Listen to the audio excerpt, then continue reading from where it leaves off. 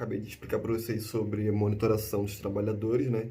Agora eu vou explicar para vocês em relação o controle dos equipamentos radiológicos que tem dentro de um setor de radiologia. A portaria 453 ela traz alguns procedimentos obrigatórios em relação aos equipamentos que produzem radiação artificial ionizante, que é o caso do raio-x, radiação gama. Tá bom, gente? Então eu vou ler para vocês aqui, vou explicando para vocês do que se trata, porque é uma série de tópicos que eu não consigo memorizar, a gente tem que ir lendo juntos. E aí eu vou explicando para vocês. Então vamos lá. Esse conteúdo que eu estou falando aqui está em apostila, então depois que vocês assistirem o vídeo, dê uma leitura também na apostila para vocês conciliarem a informação e entenderem de forma mais clara com o que eu estou falando aqui no vídeo. Então vamos lá, os equipamentos radiológicos devem estar em conformidade com os padrões estabelecidos na CNEM, como eu já falei, no caso a portaria 453. Vamos lá, a blindagem da calota do tubo deve garantir ao trabalhador um nível mínimo de radiação de fuga, tanto na calota quanto por meio de mecanismos de colimação. O que isso quer dizer? Então, a carcaça que ele armazena o tubo de radiação, ela deve ter uma blindagem de chumbo, né? Que é feita, essa calota é feita de chumbo, de emitir um mínimo de radiação de fuga dessa calota, de escapar a radiação de fuga dessa calota, no mínimo possível que não prejudique, não exponha o operador ou o paciente que está sendo ali exposto a essa radiação. E também fala quanto por mecanismo de colimação. Então, ali na área onde sai a radiação primária, também tem que ter um filtro, que geralmente é de alumínio, que ele faz com que as radiações de baixa energia não ultrapasse esse colimador, né, que é feito de alumínio. Então ali ele tem uns milímetros de alumínio que ele antepara, ele barra essa radiação de baixa energia, que também prejudica tanto o operador, tanto o paciente. Isso não contribui para a formação da imagem radiográfica. Então por isso que é colocado uma barreira ali no colimador, para estar filtrando essa radiação aí. O feixe útil de radiação deve possuir uma filtração total permanente de no mínimo 2,5 mm de alumínio ou 0,03 mm de molibdênio em aparelhos de mamografia. Foi o que eu falei para vocês em relação ao mecanismo de colimação do primeiro tópico.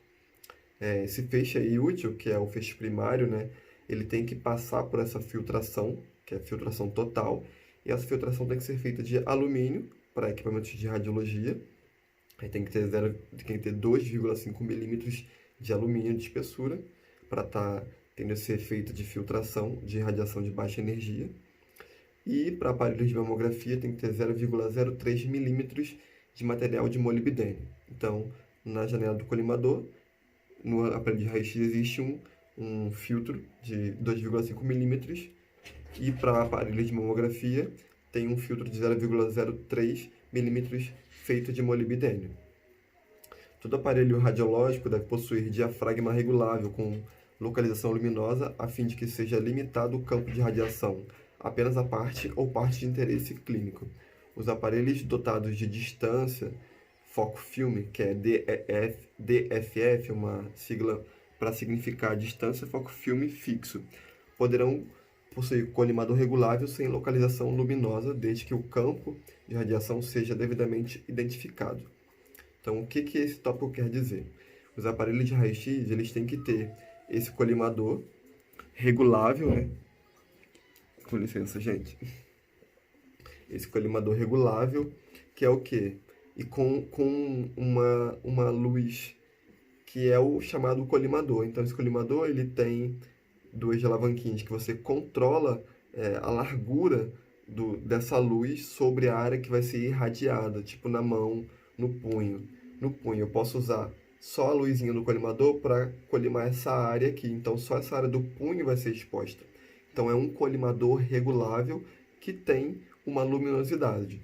Então ele está falando dessa questão do colimador, que ele tem que ter esse padrão, tem que ter as lâminas reguláveis e com uma luz para poder mostrar o campo que vai ser irradiado lá na área de interesse para poder fazer o exame radiográfico.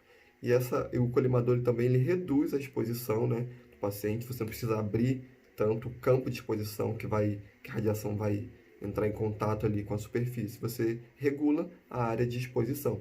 E esse colimador ele tem que ser regulável e luminoso. E alguns aparelhos não precisam ter essa luminosidade, se tratando de aparelhos odontológicos que estão bem próximo da estrutura. Aquele caninho intradentário, né? Quando ele vai fazer um raio-x aqui do dente, o filme fica dentro da sua boca e o caninho aqui do aparelho de radiologia fica bem próximo, então não precisa de energia luminosa, salvo esses casos aí, de distância foco-filme bem pequenininha.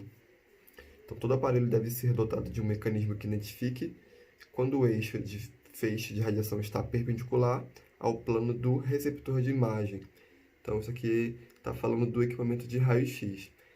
A gente pode direcionar esse feixe quando o paciente estiver deitado na mesa, então o tubo está aqui em cima, então a gente consegue direcionar ele perpendicular e bater no corpo, ou inclinar esse tubo para fazer angulações com esse feixe de radiação aí primário.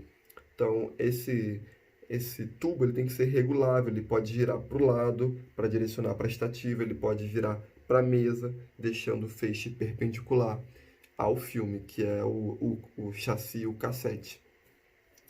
A mesa de comando deve conter um identificador visual do tubo selecionado para os equipamentos que possuem mais de um tubo. Em aparelhos móveis, o cabo disparador deve ter no mínimo 2 metros de comprimento. Então, o que ele está falando aqui sobre aparelhos móveis? São equipamentos de raio-x que fazem exame em leito. Esses aparelhos têm que ter uma cordinha de disparo de no mínimo 2 metros de distância. Então, isso é obrigatório. Então, esses aparelhos móveis têm que ter essa cordinha que dê uma distância do operador que vai disparar, apertar o botãozinho de no mínimo 2 metros. O suporte do tubo ajustável deve manter o tubo estável durante a exposição.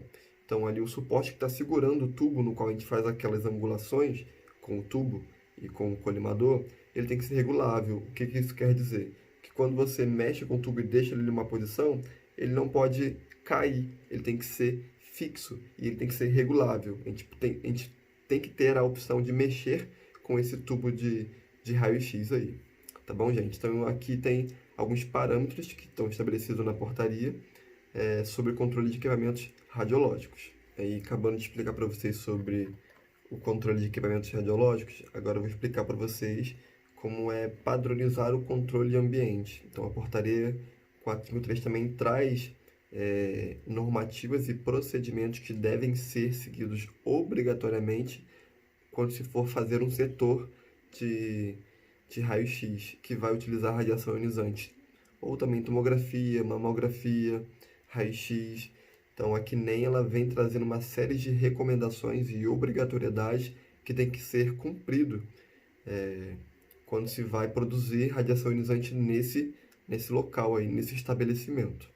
Então, também eu vou ler para vocês aqui, vou trazer na íntegra todo o texto que está estabelecido na portaria 453 relacionado a padronizar um setor que vai produzir radiação ionizante. Vamos lá, controle de ambiente.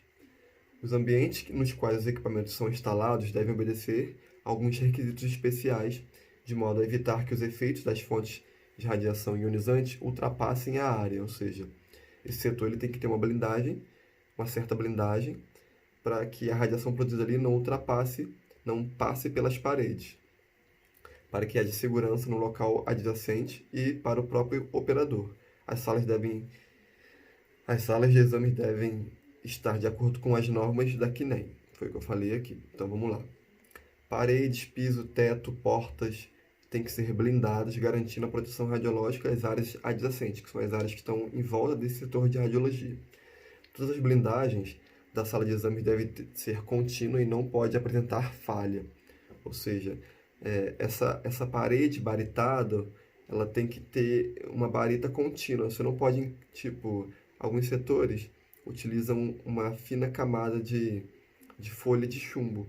Então, a gente não pode colar uma folha na outra de chumbo e vai ter esse vãozinho aqui. E assim acontece também com a barita. Tem que ser uma parede contínua não tendo essas junções que pode ocorrer falha e ultrapassar radiação por essas fendazinhas. A blindagem das paredes de chumbo ou barita pode ser reduzida acima de 2,10 metros do piso, desde que seja justificada. Então, acima de 2,10 metros do piso, tem que ter parede baritada ou chumbada. Isso que ele quer dizer aqui. A blindagem da parede contém a estativa vertical, deve ser reforçada para ser irradiada continuamente pela radiação primária em exames de tórax ou outro. Então, aqui ele está falando da parede que fica próximo à estativa. Vou colocar uma imagem aqui para vocês da estativa.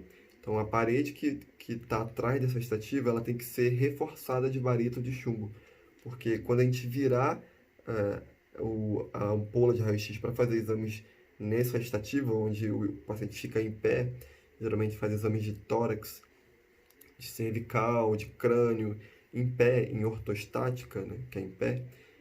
Essa parede que fica atrás dessa estativa, ela tem que ser reforçada com barita ou com chumbo. É isso que ele está falando aqui.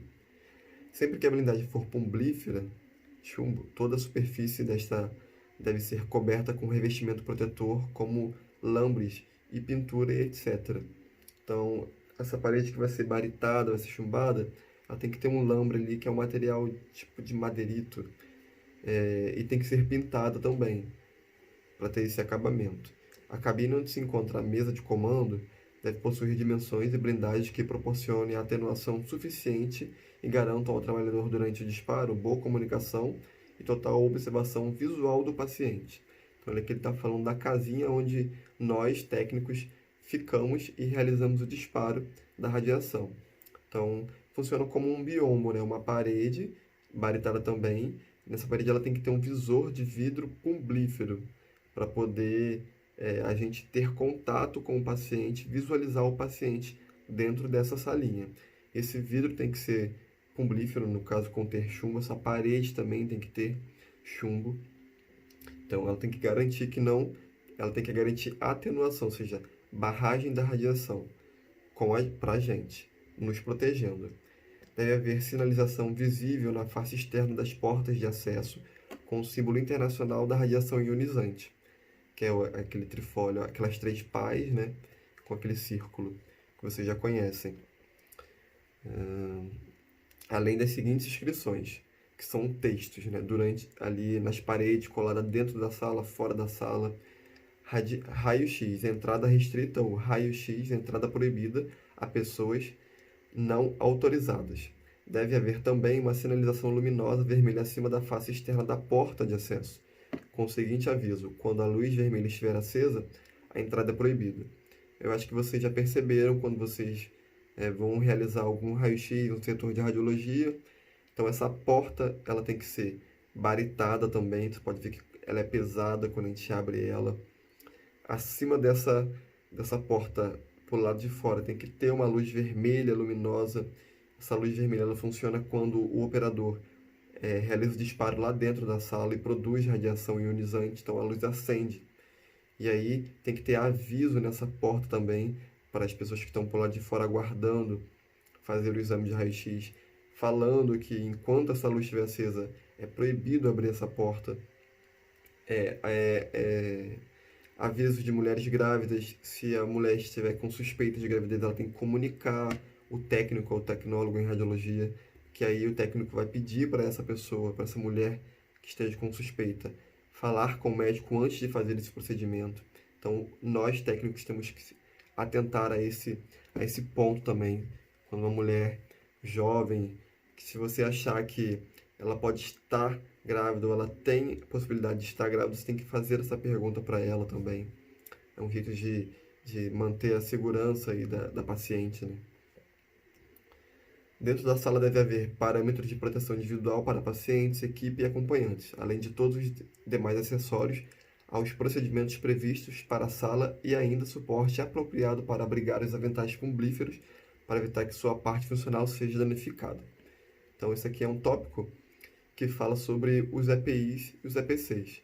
Dentro da sala tem que ter os equipamentos de proteção individual, que é o EPI, que é o avental plumbífero, que é o óculos plumbífero, a luva plumbífera, o saiote, protetor gonodal, protetor de tireoide. Então, dentro da sala tem que ter esses equipamentos para fornecer para o paciente ou para o acompanhante. Em alguns exames, a gente consegue utilizar esses EPIs sobre a região abdominal do paciente, sobre o pescoço do paciente para proteger as glândulas tireoide, né? Se for procedimento do tórax, a gente pode colocar um saiote nessa mulher aí ou nesse homem para proteger a região gonodal, a região genital desse paciente. Se a gente precisar de acompanhante para conter o paciente para realizar o exame de raio-x, temos que ter esse avental plumbífero, essa luva, esse óculos, esse protetor de tireoide para fornecer para esse acompanhante, para que ele realize a contenção desse paciente. Isso acontece muito com crianças e recém-nascidos. Alguns idosos também, a gente pede para o acompanhante conter esse idoso. Pessoas que têm demência, alguma parte neural assim comprometida, com Alzheimer também, isso acontece muito. Então a gente tem que fornecer e solicitar o acompanhante para poder ajudar no exame. E aí a gente fornece esse equipamento de proteção individual para esse acompanhante aí. E além do que temos que ter dentro do setor, o espessômetro, um cilindro, que são equipamentos acessórios que auxiliam no exame aí de radiografia. Vamos lá. Junto à mesa de comando de cada aparelho de raio-x deve haver um protocolo de técnicas radiográficas especificado para cada exame realizado, informações como tipo de exame, espessura da parte do paciente a ser radiografada, com as respectivas dosagens básicas de kV e mAs. Isso aqui é padrão, gente, é obrigatório. Toda sala de raio-x tem que ter uma tabelinha colada. Por mais que o técnico já saiba qual técnica usar naquele paciente, de acordo com o exame que vai ser solicitado pelo médico, tem que ter colado pelo menos uma tabela de valores de kV e mAs, que são técnicas para cada exame do corpo, para ele servir como parâmetro de referência para o técnico. Às vezes causa esquecimento, o técnico não sabe muito bem, o iniciante, qual técnica utilizar naquele exame, um exame de crânio, de mão, de tórax, de bacia, de coluna. Então tem que ter essa tabelinha colado lá com valores referenciais para cada parte do corpo e para cada tipo de exame. Deve haver um quadro em local visível com as seguintes orientações. Não é permitida a permanência de acompanhante na sala durante exames radiológicos, salvo quando estritamente necessário e autorizado. Acompanhante, quando houver necessidade de contenção de paciente, exija e use corretamente a vestimenta plumbífera para sua proteção. Mulheres grávidas ou com suspeita de gravidez, favor informar ao médico ou ao técnico antes do exame. Foi o que eu falei para vocês. Então, além de o técnico fazer essa pergunta para esse paciente, ter essa conduta de ter que chamar o acompanhante para conter o paciente para realizar o exame, tem que fornecer esses EPIs, tem que colar esses avisos dentro da sala, fora da sala. Então, tem todos esses parâmetros que são englobados dentro do conjunto de procedimentos de proteção radiológica. Tá bom, gente?